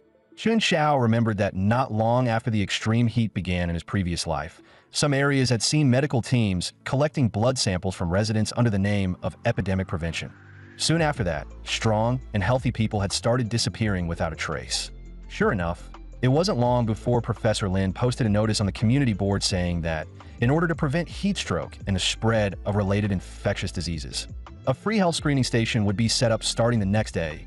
IT would offer basic checkups, wound treatment, and nutritional supplements in parking garage number 3, and anyone who took part would also receive 1 bottle of water. Not long after, Professor Lin followed the tracking signal and found the stray cat, finally solving the mystery of the garbled location data. He gently stroked the well-fed cat, but the expression on his face twisted into something deeply unsettling as he muttered under his breath. "So I've been discovered." Hidden in the shadows, Chun Xiao watched everything in silence and fully confirmed that Professor Lin was the one who had been tracking him. The next day, quite a few residents went to parking garage number 3 for the health check. But for most of them, treatment wasn't really the point. The real attraction was that bottle of water. And compared with the merciless sun outside, the underground garage did feel a lot cooler. Once enough people had gathered, Professor Lin had them line up in order and wait their turn. Hidden in the dark, Chun Xiao didn't notice anything obviously wrong at first. That changed the moment Professor Lin started drawing blood from the residents who came in for the checkup. Although Professor Lin said it was only a routine examination, Chun Xiao still couldn't stop himself from thinking of those medical teams from his previous life. What exactly was Professor Lin trying to do? Just then, someone suddenly shouted, "Professor Lin," and came rushing out of the crowd in a panic. "My brother's wound got infected. Please save him." Hearing that, Professor Lin calmly took out a vial. This is a new broad-spectrum enhancer. IT speeds up wound healing and fights infection. With that, he injected the drug directly into Abu's infected wound and told him to rest for the next couple of days, saying the injury would heal soon. Abu still looked awful, but a faint vein had begun to bulge at his temple. Because of the distance, Chun Xiao didn't notice it, but he knew Professor Lin had to be observing something. So Chun Xiao chose to tail Abu and see what was really going on. Sure enough, not long after leaving, Abu suddenly dropped to his knees as if every bone in his body were being scorched alive. At the same time, blood-red veins rapidly spread across his arm. Then, as though he had completely lost his mind, a terrifying surge of energy began rising off his body. The companion beside him was startled by the sudden change and asked in a trembling voice what was wrong. But before he could finish, Abu clamped a hand around his throat. "Have you lost your mind? Let go. I'm your boss, Zhang Chong." But Abu was already covered in red veins, clearly swallowed whole by negative emotion. "Boss, when you shoved me out to take the blade for you, why didn't you remember you were my boss then?" With that, he hurled Zhang Chong to the ground without the slightest mercy. But right then, Abu suddenly sensed a trace of danger. Chun Xiao slowly stepped out from the shadows, wearing Jiahao Hai's uniform. The mutated Abu spotted him and immediately charged at Chun Xiao like a mad beast. What surprised Chun Xiao was that he actually had a focus to handle him. Abu's speed and strength had both increased by more than 3 times. But his joints were stiff and nearly all of his attacks came in straight lines. Every sign told Chun Xiao this was not a normal drug reaction. Abu lunged at Chun Xiao once again. "Why now?" Chun Xiao had already learned everything he needed from him, so there was no reason to keep him alive any longer. Chun Xiao immediately coated his palm with spatial severing and cleanly took Abu's head off in one smooth strike. Abu's head hit the ground with a thud, and at the corner of his eye, a tear of relief quietly slipped free. Not long after Chun Xiao left, the sharp sound of footsteps echoed down the street. Under his breath, Professor Lin murmured that the serum had clearly contained nanobot trackers, so nothing should have gone wrong. Just moments ago, the signal had still been stable. But the instant he finished speaking, he froze in place. The mutant he had painstakingly created had already been killed. Professor Lin quickly suppressed his shock and calmly pulled out his medical tools to analyze the cause of death. The overactivation caused by the T7 prototype serum had indeed triggered neural collapse, but that was not the direct cause of death. Abu's fatal wound, Lu Haifeng's fatal injury, and even the cut marks left on that door lock the other day all shared the same trait. They were unervingly clean. No visible weapon, no special equipment, yet cuts like that had been made. That was not something an ordinary person could possibly do. As he spoke, a strange smile slowly curled across Professor Lin's lips. The moment he first saw Chun Xiao, he had already felt there was something unusual about him. It seemed he had been right. Perhaps Chun Xiao really did have the thing he had been searching for. Suddenly, A fit of coughing drew Professor Lin's attention, and he immediately went over to inspect Zhang Chong's injuries. One glance told him Zhang Chong was badly hurt, and there was likely bleeding in the lungs. But Zhang Chong barely cared about himself. Instead, he anxiously asked about Abu and urged Professor Lin to check on him first. With regret in his voice, Professor Lin told him what had happened to Abu. Then he took out a sketch of Chen Xiao and asked whether Zhang Chong recognized him, saying that what happened to Abu was probably connected to that man. He pressed further, asking whether Zhang Chong knew where Chen Xiao had gone. Only by finding him, he said, could they uncover the truth and prevent more people from getting hurt. Zhang Chong admitted he didn't know where Chen Xiao had gone, but he did know where Chen Xiao lived and said he could tell him. A nearly invisible smile touched Professor Lin's lips, though his voice remained gentle. He told Zhang Chong not to worry and said the priority now was immediate professional treatment. He explained that his lab had the best equipment available and that Zhang Chong should go there first to recover. Filled with gratitude, Zhang Chong thanked him and followed him to the lab.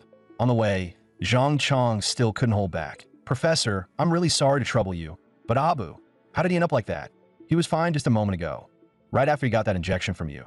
He barely took 2 steps before he could finish. Zhang Chong suddenly felt that something was off. As suspicion quietly began to rise in his chest, Professor Lin kept his tone perfectly steady. Extreme rejection reactions to the serum are rare, but not impossible. We'll run a full examination and make sure you receive the best treatment available. Zhang Chong stopped at the entrance to the lab, still hesitating in the end. Professor, how about I just go home and recover there? Just give me some antibiotics. Professor Lin acted as if he hadn't heard a word. He swiped open the access door and said coldly, for the sake of science, and for your own sake, stay quiet. With that, he signaled the lab staff forward, and they shoved Zhang Chong inside without the slightest bit of mercy. The heavy lab door slammed shut with a bang, and before long, chilling screams began echoing from inside. At the same time, Chen Xiao was lying on his couch, silently thinking over what Professor Lin was really after. Then, out of nowhere, the video intercom at the door lit up. Professor Lin's voice came through the speaker. Chen Xiao, it's Professor Lin. Mind if we talk? That mad scientist was standing right outside his door. So you really do live here, Chen Xiao. Sorry for bothering you this late. After saying that, Professor Lin gently pushed the door open and stepped inside. Standing in the living room, Chen Xiao met his gaze. Professor Lin, showing up this late. Is there something you need? Professor Lin looked perfectly calm. I heard you lived here, so I thought I'd stop by and see you. Naturally, Chen Xiao didn't buy that excuse for a second, but since the man had come to him on his own, Chen Xiao didn't mind playing along. He casually told Professor Lin to have a seat. Looking around the room, Professor Lin said meaningfully, this place is unusual. That double-layer heat-insulated glass, an independent water circulation system. This doesn't look like an ordinary house. It looks more like an apocalypse shelter. Could it be that you already knew this extreme heat disaster was coming? Chen Xiao answered with an easy joke. I bought the renovation package during last year's Singles Day sale. The contractor said it would last 50 years. I thought he was exaggerating, but maybe the guy was a prophet after all. Professor Lin smiled faintly. Interesting, but Chen Xiao, the real reason I came tonight is that I want to ask you about something. Your neighbor Abu is dead, and Lu Haifeng died not long ago too. I examined both of their bodies. In both cases, the cervical spine was severed instantly, and the cut was as smooth as laser surgery. And Lu Haifeng's wound was the same, but a cut like that is beyond ordinary blades. Honestly, even military weapons might not pull it off so cleanly. Hearing that, Chen Xiao deliberately put on the face of someone listening to juicy gossip. Don't tell me the murder weapon came from the same manufacturer? Professor Lin, if you ever figure it out, you should definitely recommend it to me. It was as if Professor Lin thought he was finally about to catch him slipping, and he pressed immediately. And what exactly would you use it for? Chen Xiao didn't even blink. To cut steak, obviously not in weather like this. The fridge isn't stable, and meat goes tough fast. That a good blade makes all the difference. Professor Lin's probing hit a dead end, and a visibly speechless look crossed his face. Even so, he slowly continued. No matter how you look at it, both men were probably killed by the same person, and whoever did it used methods so precise and professional that this was clearly no ordinary man. Chen Zhao's expression instantly turned cold. Maybe they were just unlucky and messed with something they never should have touched. A calculating glint flashed through Professor Lin's eyes, like he had finally found an opening. And yet, I heard both of them had conflicts with you. The moment those words landed, the temperature in the room seemed to drop to freezing. Chen Xiao only gave a faint smile. Professor Lin, you've got quite the imagination that I'm just an ordinary guy. What could I possibly do? But then again, showing up at my place in the middle of the night with a medical kit. Don't tell me you think I'm about to die too. Besides, I don't remember ever telling you where I live. Oh, how exactly did you find me? Professor Lin answered by pulling up a piece of footage. You recognize this man, don't you? He's the one who told me you lived here. Chun Zhao's eyes darkened slightly. Zhang Chong really was tough enough to keep hanging on. Too bad falling into the hands of that old fox was probably worse than death. So he asked, and how is he now? Professor Lin answered in a calm voice. He's adapting to a new treatment. Under extreme heat, the human body evolves. He's simply progressing faster than most. That answer set off alarms in Chun Zhao's mind. Was Professor Lin really running human experiments? And more importantly, what exactly had brought him here tonight? At that exact moment, the footage showed Zhang Chong suddenly mutating. He tore free from every medical restraint on his body, his vital signs spiking violently as one value flashed red. Genetic mutation rate, 37%. Then Professor Lin slid a syringe toward Chen Xiao. This is an immune enhancer I developed. It protects against multiple pathogens in high-temperature environments, and it has no side effects. Looking straight at Chen Xiao, Professor Lin said slowly, I know you're not ordinary. The heat will continue. The world will change. The survival rate for normal people won't even reach 10%. But some people will evolve first. Chen Xiao gave him a mocking look. Evolve like Zhang Chong? Professor Lin's face didn't change. That is a necessary cost. Scientific progress always requires someone to go first. You carry a far more stable evolutionary trait. We could work together and find a way for humanity to adapt to the new world.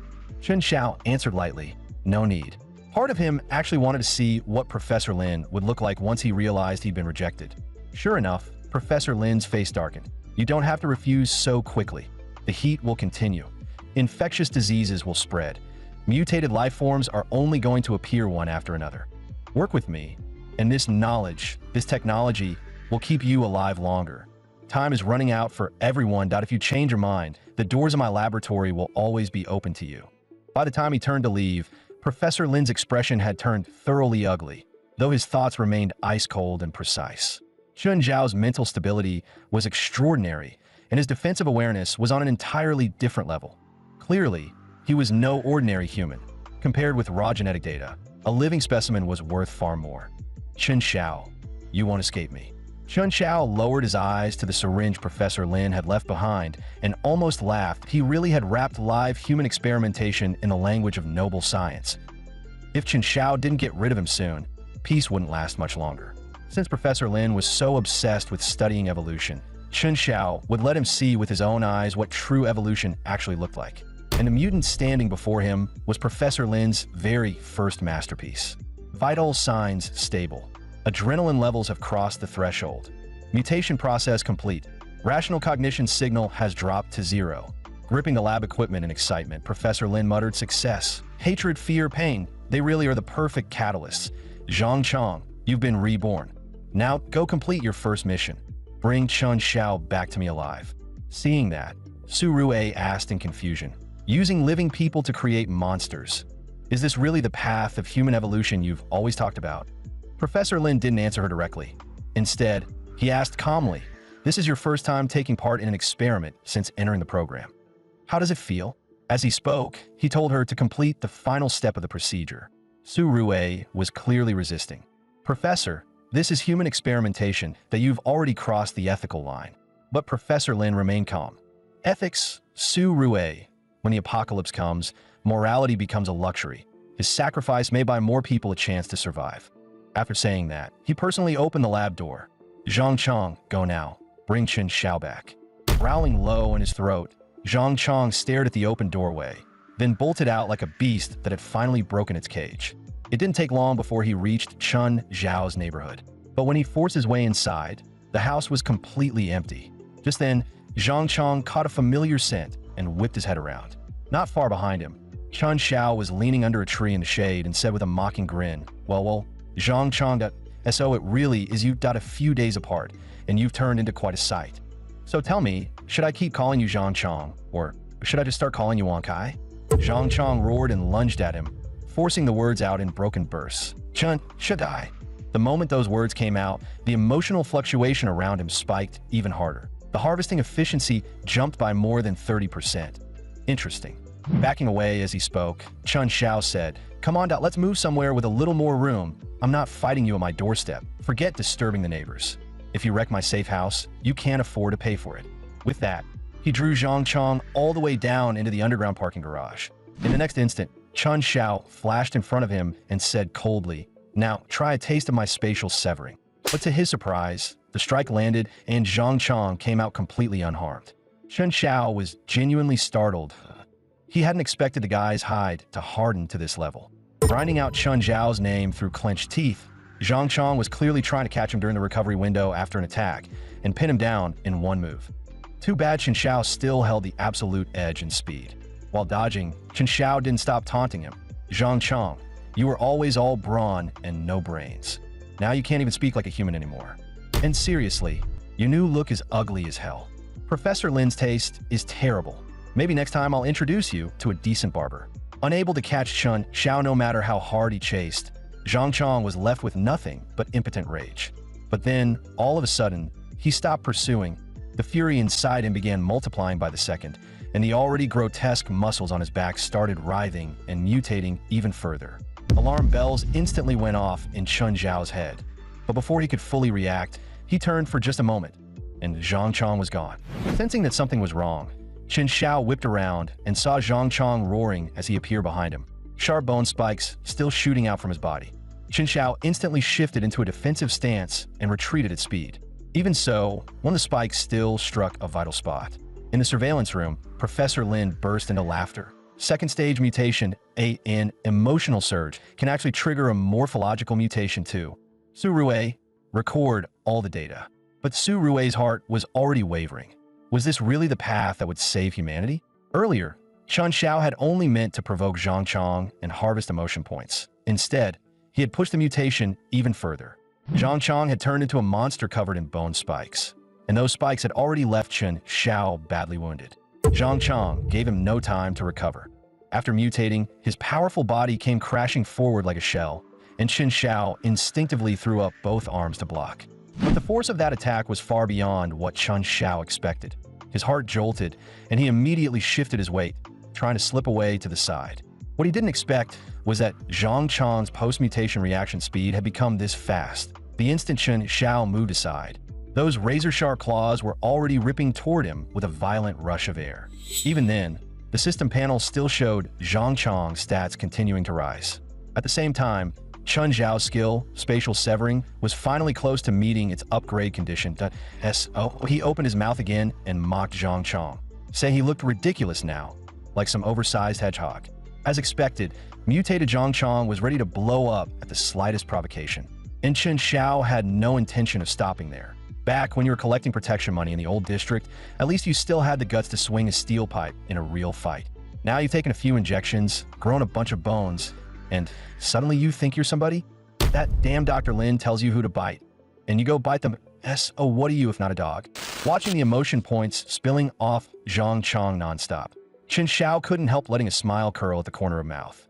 But he wasn't the only one pleased that in Professor Lin's eyes. The emotional peak had just broken past the threshold, and Zhang Chong's bone density had risen another 5%. To him, Chun Xiao was practically a gift from heaven for helping push Zhang Chong further, while Su Rue at his side still couldn't understand why Chun Xiao was doing any of this. Right then, Zhang Chong finally completed another round of mutation, and every bone spike on his body turned blood red. One spike after another shot wildly out from his flesh. Chun Xiao, however, stayed completely at ease that he moved with nimble precision, dodging each deadly spike while continuing to provoke Zhang Chong with his words. At last, the negative emotion points he had gathered reached the threshold for a skill evolution. The moment Zhang Chong exposed an opening, Chun Xiao activated Spatial Rift, Annihilation. The bone spikes Zhang Chong fired were instantly swallowed by a black void that appeared out of nowhere.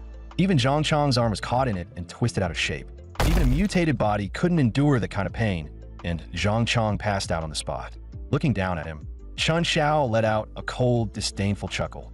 Then he ripped the live monitor off Zhang Chong's body and said coldly into it, "Your test subject's kind of disappointing. Next time, send me one that can actually fight." The veins on Professor Lin's forehead immediately bulged. But what filled him wasn't anger, it was pure hunger for a perfect specimen. Good. Very good, Chun Xiao. You really are different. Chen Xiao only replied flatly that he had simply done Zhang Chang the favor of giving him a proper end, considering they had once been neighbors. But just then, footsteps sounded from behind him that a stranger slowly approached while clapping, saying, "Impressive. Really impressive." The mysterious man who had only dared contact Chen Xiao through secret text before was now standing openly in front of him. Chen Xiao immediately became wary of Chen Shixing's sudden appearance, because it was obvious the man had watched the entire fight with Zhang Chang from start to finish. As if he sensed the tension in the air, Chen Shixing spoke first. "That fight just now was impressive. Just as I thought. This may be an age of despair, but it'll also be the age when gods begin to rise." Chen Xiao could vaguely hear the deeper meaning in those words. But by all logic, at this point in time, aside from himself and Professor Lin, no one else should know that powers even existed. He quietly began gathering spatial energy, ready to fight or retreat at a moment's notice. But Chen Shixing paid no attention to his subtle movement and said calmly, "With the precision and destructive force of your ability, there's no way you're some unfinished product Lin Guodong made." Hearing that, Chen Xiao became even more guarded and started suspecting even more strongly that Chen Shixing might be one of Professor Lin's people. But the next thing Chen Shixing said wiped that suspicion away, because he turned out to be the same person who had texted Chen Xiao earlier and warned him to stay away from Professor Lin. At that moment, the only thing Chen Xiao still couldn't figure out was how Chen Shixing had gotten his number in the first place. Chen Shixing let out a quiet laugh and said bluntly that, in an apocalypse where the old rules were already falling apart, tracing a phone number was almost effortless. Besides, the ARC group he belonged to had its own intelligence network. "My name is Chen Shixing, that I'm here on behalf of ARC to invite you to join us. We can offer you real help." But to Chen Xiao, the so-called ARC organization didn't matter much at all. What truly mattered was the fact that ability users had started appearing earlier in this life.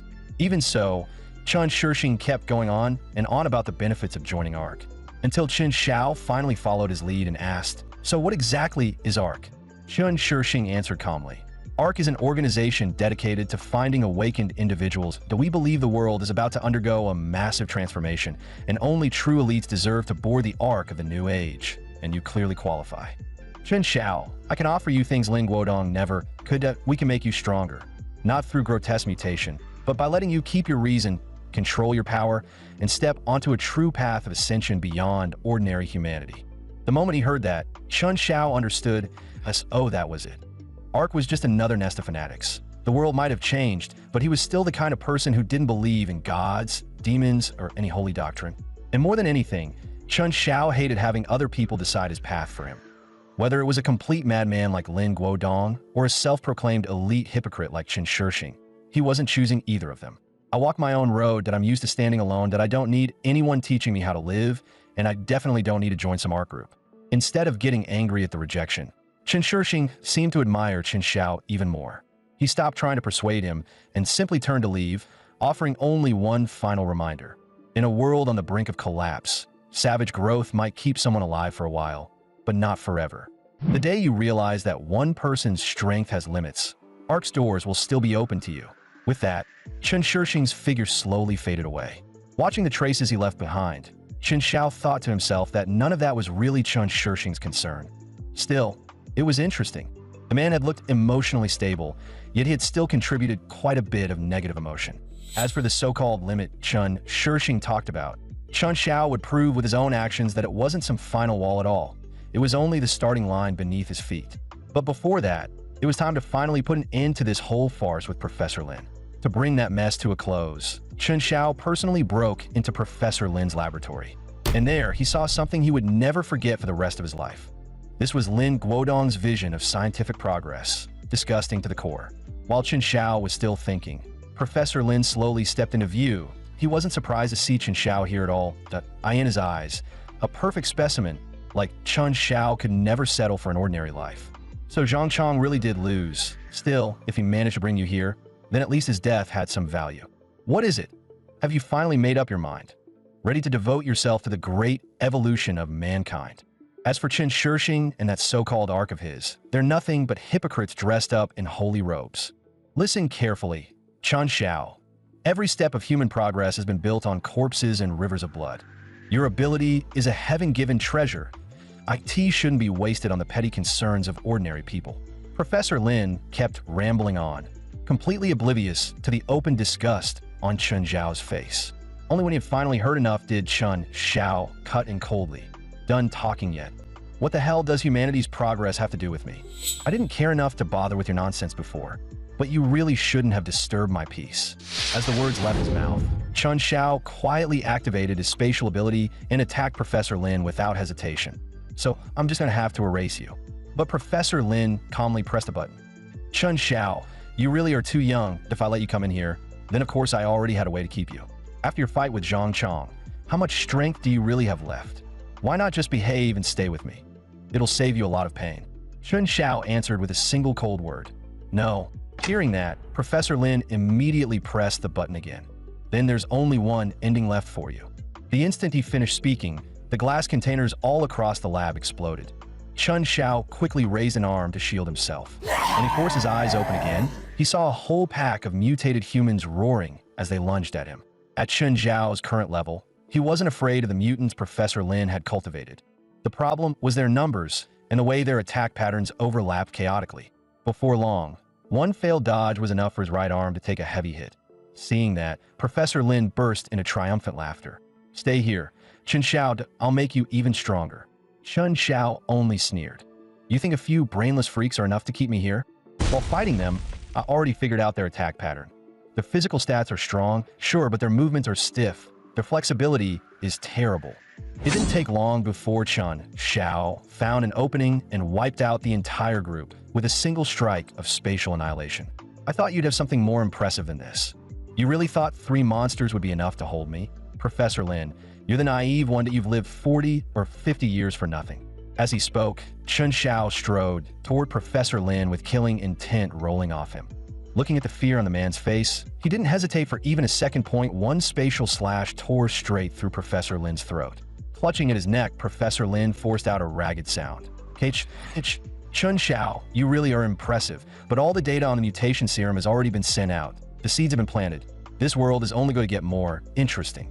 Those words stuck with Chun Xiao, but in his current condition, getting back to the shelter for treatment came first. Just then, Professor Lin's assistant, Su Rue, suddenly called out to him. If you try to walk back like that, you won't make it home. Relax, I'm not here to hurt you. As she said that, she stepped closer holding a restorative fluid, saying it could stop the bleeding fast and stabilize his injuries. Chun Xiao had just killed the professor she admired so deeply. Yet Su Rue not only made no move to avenge him, she even handed over all the research supplies he had left behind. It turned out that ever since she learned her teacher had been conducting human experiments, guilt had been eating at her non-stop. Handing over those supplies was the only way she could lighten that burden, even a little. Even so, Chun Xiao remained wary of her.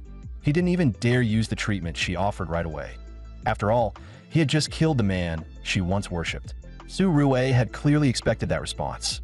It makes sense that you don't trust me, but there are things here you might need. Doubt if you still have the strength. Come with me.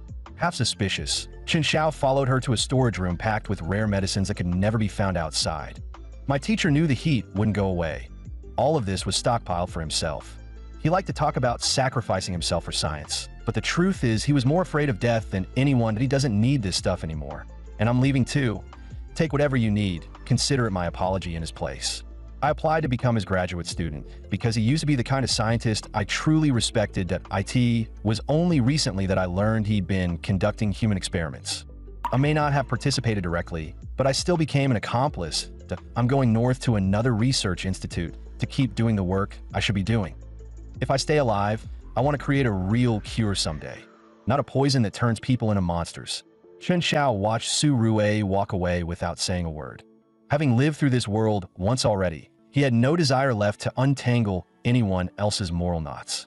The only thing he wanted was to live comfortably in this apocalypse. After stripping the place of every useful supply Professor Lin had left behind, Chun Xiao set the entire facility ablaze. Meanwhile, the global heat wave continued to worsen. The average outside temperature had already surged to 58 degrees Celsius. The Global Meteorological Bureau issued another red-level heat alert. Permafrost had fully melted, massive amounts of methane were being released, and experts warned that the greenhouse effect had entered an irreversible death spiral. After seeing that, Chun Xiao turned off the display. The outside world was only going to get harsher. Supplies were still enough for now, but his negative emotion points were running dangerously low. Fortunately, water had now become real hard currency, which meant it was the perfect time to collect a little emotional tax. So Chen Xiao contacted Mu Song immediately. The two of them quickly arranged to meet a buyer at a hidden location. It didn't take long before a figure came hurrying over. This buyer looked like the ruthless type, and he wasted no time showing what he had brought. Chen Xiao gave it a glance and said flatly, "Under normal circumstances, this would be worth 2 bottles. But do I look like the kind of guy who deals in fairness? Today, you get 1. The second those words landed, the man's anger shot through the roof. Seeing that, Chen Xiao pressed even harder. Mad already. Then the price just changed again. Still 1 bottle, but first you say this, Brother Xiao. You're such a saint. The man refused to say it for a long time. Only after Chen Xiao warned him that waiting any longer would make the price even worse did he finally grit his teeth and spit the words out. Chen Xiao nodded in satisfaction. Good boy. Next time, bring more. Maybe then I'll let you trade for more than half a bottle. On the way back from a deal, Chen Xiao ran into Old Man Wang. Old Wang, why are you still out this late instead of resting? That was when he learned that Aunt Lu Yun from the neighboring complex was raising her grandson alone, and the boy had suffered heat stroke. With the constant water and power outages, she couldn't manage on her own, so Old Man Wang was taking her some water. Chen Xiao warned him that in times like these, water was getting more valuable by the day, and taking care of himself should come first. But Old Man Wang clearly didn't take it to heart. He only sighed and said, I know what you mean, but I'm old enough already I just can't stand seeing a child suffer. With that, he delivered the bottle of water to Lu Yun's home and repeatedly urged her to make sure the boy drank it right away. But the moment he left, Lu Yun started cursing in her heart. That old bastard took forever and only brought 1 bottle. Embarrassing. Tomorrow I'll cry a little harder and maybe I can trick another one out of him. What made it even colder was that she hadn't wanted the water to save her grandson at all. She walked over and gently knocked on a tightly shut door. A man in a white lab coat came out almost immediately.